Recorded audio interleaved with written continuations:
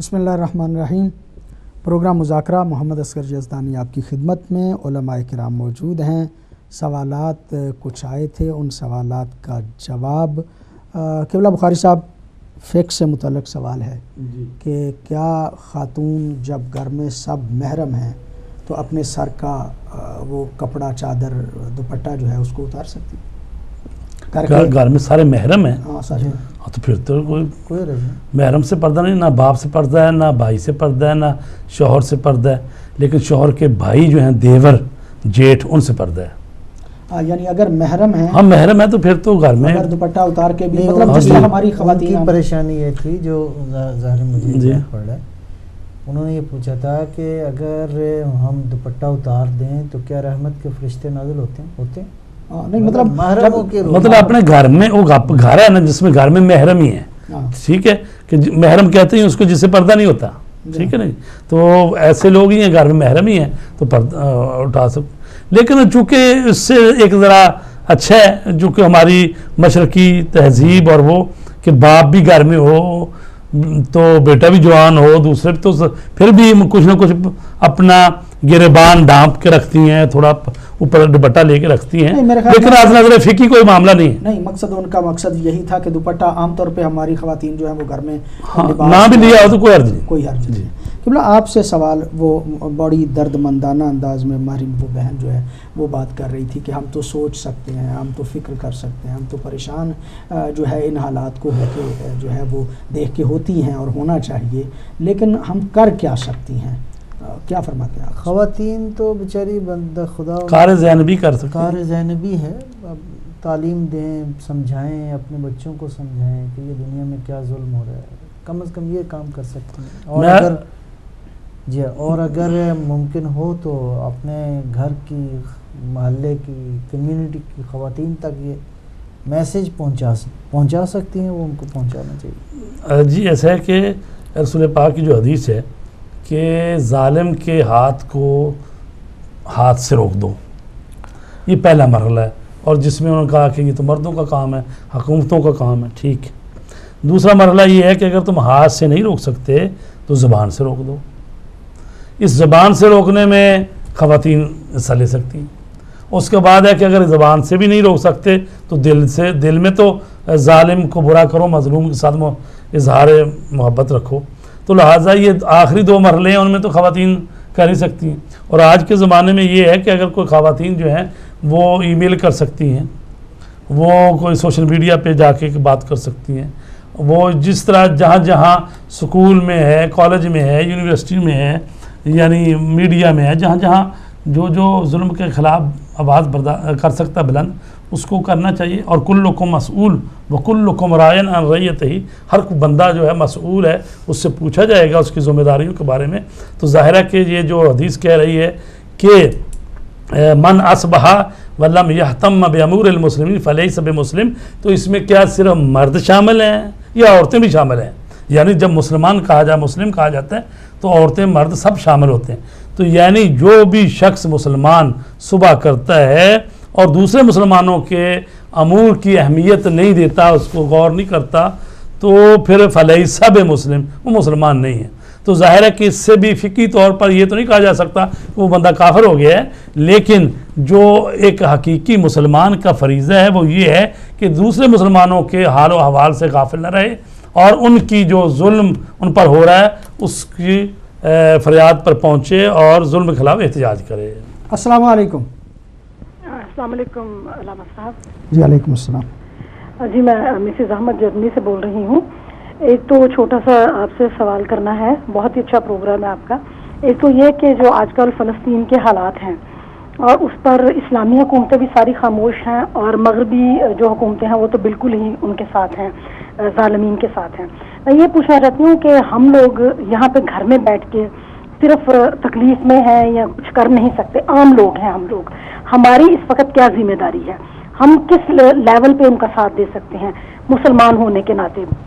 کیونکہ نبی کریم صلی اللہ علیہ وسلم نے فرمایا ہے کہ مسلمان جو ساری امت مسلمہ ہے وہ ایک جسم کی مانند ہے، اگر کسی بھی حصے میں تکلیف ہوتی ہے تو وہ سارے جسم کو ہونی چاہیے، نمبر ایک۔ اور دوسرا ایک چھوٹا سا سوال ہے کہ جیسے گھر میں ایک ماں ہوتی ہے اور بیٹیاں اگر 2-3 ہوں تو بچے اگر بیٹیاں چھوٹی چھوٹی ہوں اور ان کو نماز نہ آتی ہو تو کیا ماں ایک ہی صف میں کھڑی ہو کے ساری قرات خود کر لے اور وہ بچیاں صرف اشارے کنایوں سے نماز پڑھ سکتی ہیں، اور ماں ایک قسم کی ان کی لیڈر کے طور پر؟ یہ پلیز آپ تھوڑی سی اس پہ تفصیلی بتا دیجیے. اوکے، خدا حافظ. بڑی نوازش، بڑی مہربانی. ہماری بہن مسز احمد جرمنی سے، ان کا جو ایک سوال تھا کہ ہماری ذمہ داری کیا ہے، اس پہ تو گفتگو ہم نے ابھی کی ہے. دوسری ان کی بات تھی کہ اسلامی اور مغربی حکومتیں جو ہیں وہ سب کی سب خاموش ہیں. یہ ایک المیہ ہے یقینی طور پہ. البتہ سوال جو ہے وہ ان کا قبلہ آپ سے، اس کا جو دوسرا حصہ جو ہے، جو اس بھی کہا انہوں نے ساری حکومتیں خاموش ہیں، اس سے تو ہم اتفاق نہیں کرتے. دوسری بات یہ کہ میں کال لے لوں. جی کال لے لیں. السلام علیکم. وعلیکم السلام جناب قبلہ. جناب خادم صاحب. تمام علماء کو مؤدبانہ سلام. علیکم السلام. آج آپ کا موضوع جو ہے حقیقتاً بڑا مفید ہے اور اصلاح امت کا ہے، اور حقیقت یہی ہے کہ ابن تیمیہ اور محمد بن عبد الوہاب نے دین کو جس طرح مسخ کیا ہے اس کی آپ نے بڑی اچھی طریقے سے نشاندہی کی ہے، اور میں آپ کو خراج تحسین پیش کرتا ہوں. اور ایک حوالہ آپ کی نظر میں پیش کرنا چاہتا ہوں جس کو علامہ اسماعیل دہلوی نے تقویت الایمان میں مشکات سے لیا ہے، اور اس میں یہ روایت میں یہ ہے کہ محمد عبداللہ ابن مبارک جو ہے اور سفیان بن سوری نے یہ علماء مدینہ کو اکٹھا کیا اور یہ روایت کی تصدیق کی کہ یہ روایت جو ہے حضرت علی علیہ السلام سے منسوب ہے کہ رسول اکرم صلی اللہ علیہ وسلم خاتم النبیین نے ارشاد فرمایا کہ ولا قبر مشرف ولا مشرف الا سویتہ، کہ وہ قبریں جو اونٹ کی کوہان کے برابر ہوں ان کو مسمار کر دیا جائے. تو اس کے بعد یہ 1100 کچھ ہجری کا واقعہ ہے کہ جو کہ جنت البقیع کے اوپر جو ہے قبروں کو مسمار کر دیا گیا تھا. اور دوسری بات میں عرض کرنا چاہتا ہوں آپ کی اجازت سے، مستدرک علی صحیحین میں امام حاکم نے یہ لکھا ہے کہ حضور نبی کریم صلی اللہ علیہ وسلم نے علماء مخصرین پر لعنت بھیجی ہے. تو کیا علماء مخصرین بھی اسلام کو نقصان نہیں پہنچا رہے؟ یہ میرا دوسرا سوال ہے. جزاکم اللہ خیر جزا فی امان اللہ. شکریہ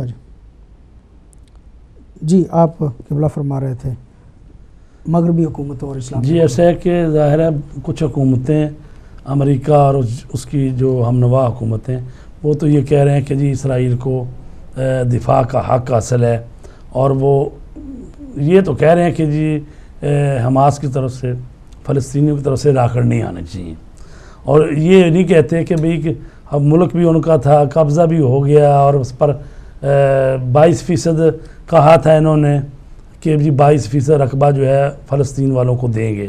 تو عملاً جو ہے 7% رقبہ جو ہے وہ ان کے پاس ہے، اور ملک بھی سارا ان کا لے گیا، نام بھی اس کا فلسطین تھا، ملک بھی یہ فلسطین تھا.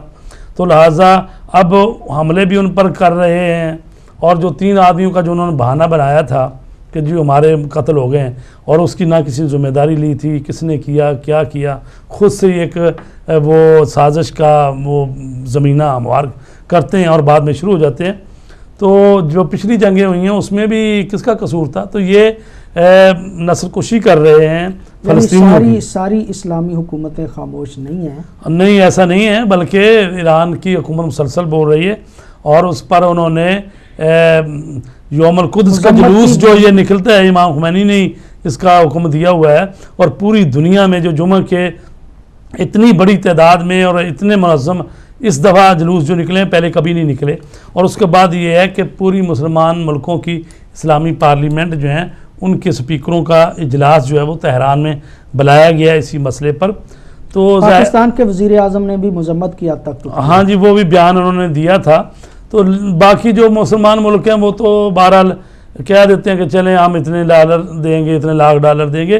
تو اصل معاملہ تو ان کو ضرورت جو اس وقت ہے وہ تو یہ ہے کہ ان کی سپورٹ کی جائے تاکہ وہ اسرائیل جو ہے اپنے وحشیانہ حملے کو روکے. پاکستان کا شاید مسئلہ یہ بھی ہے کہ وہ خود حالت جنگ میں ہے اور وہاں پہ بھی بہت زیادہ چونکہ پناہ گزین اور مطلب جی ہاں آئی پی ڈیز کا معاملہ ہے، آئی ڈی پیز کا معاملہ ہے اور وہ اس میں الجھے ہوئے ہیں. البتہ گورنمنٹ پاکستان جو ہے اس نے بھی بیان جو دیا، اور البتہ جب کہا جاتا ہے کہ اسلامی مملکتیں تو وہ زیادہ تر وہ مشرق وسطیٰ کی بات ہوتی ہے. وہ جو عرب ملک جو کہتے تھے ہمیں بڑی عصبیت عربی ہے، ہم عرب لوگ ہیں، تو وہی ہیں جن کا سرگنا سعودی عرب ہے، جس کو چاہتا ہے کبھی شام کو اس عرب لیگ سے نکال دیتا ہے، کبھی کسی کو نکال دیتا ہے.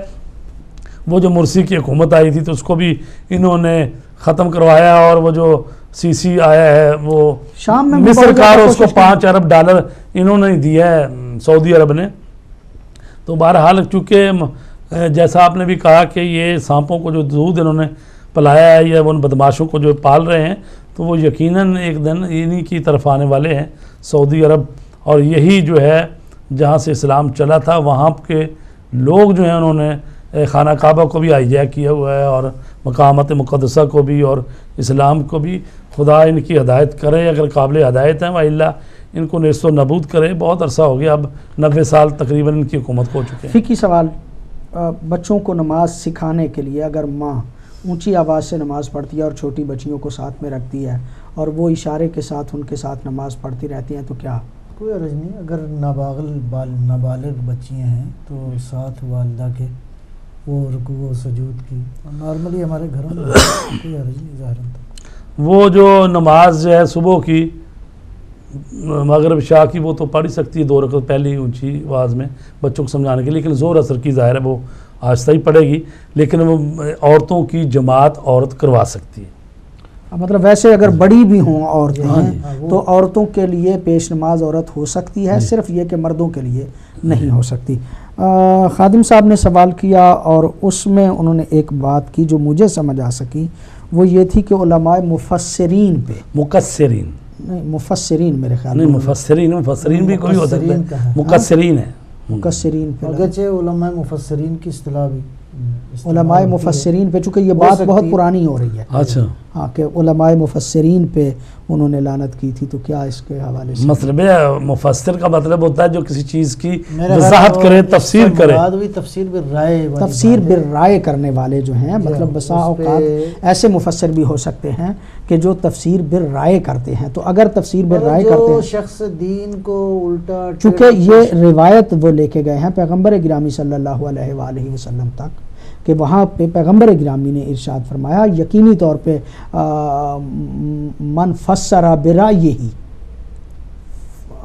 فلیقعد مقعدہ فی النار. اس قسم کی روایت ہے، وہ مطلب ان کی مراد مفسرین ہی تھی، چونکہ پیغمبر گرامی نے ایسے مفسرین پہ لعنت کی. کیا فرماتے ہیں آپ اس؟ میرا خیال ہے وہی بنیادی طور پہ تو ظاہر ہے تفسیر بالرائے کا مطلب یہ ہے کہ آپ اپنی رائے کو ٹھونسیں دین کے اوپر، جبکہ وہ دین کی رائے نہ ہو. یہ جو ابھی سارا مطلب ابھی مصیبت پڑھ رہے ہیں ساری، یہ یہی ہے. یہ جو ابن تیمیہ، محمد بن عبد الوہاب، اس کے بعد البانی، اور یہ سارے مکسرین ہیں اصل میں یہ لوگ، یعنی جو رسول کریم کا ہے درجہ یا ان کے فضائل یا ان کی اہل بیت کے، ان کو گھٹا دیتے ہیں. تو یہ حقیقت میں یہی لوگ ہیں جو ابن تیمیہ، اور حقیقت میں مکسرین یہی ہیں لوگ جو کہ ان کے جو اصل مقام مرتبہ اس کو بہت کم کر دیتے ہیں، اپنے جیسا بھائی سمجھتے ہیں، بڑا بھائی کا درجہ دیتے ہیں. تو یہ اس اگر مفسرین سمجھیں تو اس کا مطلب ہے جو قرآن کو اپنی رائے سے اس کی تفسیر کرتے ہیں. اگر مکسرین سمجھیں تو اس کا مطلب یہ جو اہل بیت اطہار کے مرتبے کو گھٹا دیتے ہیں. یہ جو روایت بھی انہوں نے بیان کی ہے، پتہ نہیں شاید تقویۃ الایمان، جی ہاں، اس میں جو بیان کی ہے انہوں نے روایت ہے کہ پیغمبر نے فرمایا جی جو کوہان کی مانند قبریں ہیں ان کو مسمار کر دو. ٹھیک ہے نا جی. بہرحال یہاں پھر ایک ٹیکنیکل بحث ہے کہ حدیث کا درجہ قرآن کے مقابلے میں کیا ہے، پھر حدیث کو پرکھنے کے حوالے سے جو ساری باتیں ہیں علوم حدیث کے عنوان سے پرکھا جائے، آیا یہ حدیث درست ہے، آیا یہ حدیث غیر درست ہے، یہ ساری علمی بحثیں ہیں. میں شروع میں بھی عرض کیا، شاید ہم سب نے اور پھر آگے صاحب یہ رسول پاک نے قبر بنانے کا طریقہ کار بتایا نا کہ بھی قبر آپ بنائیں تو مثلا چند انگشت جو ہے اس طرح سے چپٹی ہونی چاہیے، وہاں نہیں ہونی چاہیے. تو یہ اس کا مطلب یہ تو نہیں ہے نا کہ بھئی تھوڑا پکڑو اور وہ جو علماء بزرگوں کی وہ مشاہد مشرفہ بنے ان کو آؤ اور مار کے توڑ دو. آپ اس حدیث سے وہ سمجھے ہیں جو کہ یعنی اس کو برابر کر دیا، کوہان ختم کر دیا. جی یعنی پیغمبر گرامی صلی اللہ علیہ وآلہ وسلم کی جس حدیث کا بھی حوالہ دے رہے تھے، اس کا ترجمہ یہ نہیں ہے کہ اس کو ختم کر دیا جائے، بلکہ اس کا ترجمہ یہ ہے کہ کوہان ختم کر دی جائے. دیکھو جی رسول پاک کے زمانے میں جنت البقیع کا قبرستان موجود تھا، ٹھیک ہے، تو وہاں پر قبریں موجود تھیں، نشان بھی لگے ہوئے تھے. رسول پاک وہاں پر آتے بھی تھے، دعا بھی کرتے تھے، ان کے لیے مغفرت بھی کرتے تھے. تو یہ نہیں ہے کہ قبروں کے نشان تک نہ رہنے دی جائے، بالکل زمین کے ساتھ ہموار کر دیا جائے. بڑی نوازش قبلہ آپ کی پروگرام کا وقت چکے ہمارا ختم ہوا چاہتا ہے. آج کا پروگرام مذاکرہ بنیادی طور پہ دکھی دل کے ساتھ، اگرچہ ایام عید تھے، دکھ اس بات کا ہے کہ ملت اسلامیہ اسلام کا نام لے کر اسلام کو بدنام کرنے کی ایک ایسی سازش کر رہی ہے، اور اس سازش کے پیچھے ہاتھ یا تو سعودی عرب کا ہے یا پھر ان کے پیچھے ہاتھ جو ہے وہ اسرائیل کا ہے. اصل ہدف اور مقصد یہ ہے، دونوں کو بھی اگر ملا لیا جائے تو یہ برا نہیں ہوگا. اس لیے کہ انقلاب اسلامی ایران جب برپا ہوا تو ایک خطرہ محسوس ہوا کہ کہیں حقیقی اسلام دنیا پہ غالب نہ آ جائے. لہٰذا اسلام کی وہ تعبیر جو ابن تیمیہ نے دی تھی، جو بنی امیہ نے دی تھی، جو ہندا نے دی تھی، اس تعبیر کو لوگوں پہ دھونس اور دھاندلی، رشوت اور روپے جو ہیں جو معاویہ نے کھلے بندوں لوگوں کو تقسیم کر کے اپنی حکومت حضرت علی کے مقابلے میں مستحکم کی تھی، وہی طریقے وہی سازشیں آج کے دور میں دوبارہ کی جا رہی ہیں تاکہ حقیقی اسلام جو ہے وہ لوگوں تک نہ پہنچے. حقیقی اسلام امن والا اسلام ہے، حقیقی اسلام جو ہے وہ پیار محبت آشتی، اور حقیقی اسلام قاتل کو شربت پلانے والا اسلام ہے. اسلام حقیقی کا اگر کائنات کو پتہ چل جاتا تو یقیناً محسوس کرتے کہ اسلام پیغمبر گرامی نے اپنے اخلاق اور کردار کے ذریعے سے پھیلایا ہے. تلوار اٹھانے کی نوبت اس وقت آئی ہے جب دشمن چڑھ دوڑا ہے، یعنی دفاعی جہاد پیغمبر گرامی نے کیا ہے، ورنہ پیغمبر نے اپنے گرویدہ جو کیے تھے وہ اپنے کردار سے کیے تھے، اپنے اخلاق سے کیے تھے. آج کے پروگرام سے محمد اصغر یزدانی کو اجازت دیجیے. والسلام علیکم ورحمۃ اللہ وبرکاتہ.